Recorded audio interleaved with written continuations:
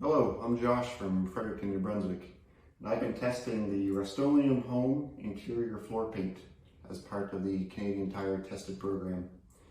This is a two-part system. You have the base coat, which contains the tint that comes in a variety of colors. For example, here we have pearl gray.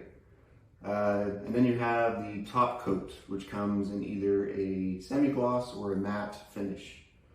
So essentially you start with the base coat.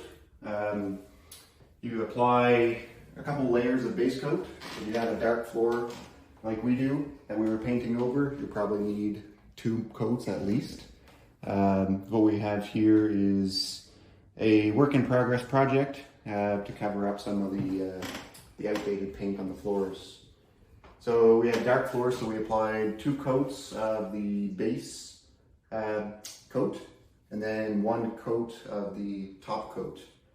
And the top coat in our case was the semi-gloss, and it ends up with a very nice looking glossy finish. It's a little bit slippery for the stairs, but we're hoping that will kind of wear down with time. So it's a very simple product to use. And so far it's looking pretty good. So I would definitely recommend this if you're looking at a affordable way to rejuvenate your floors. Thanks.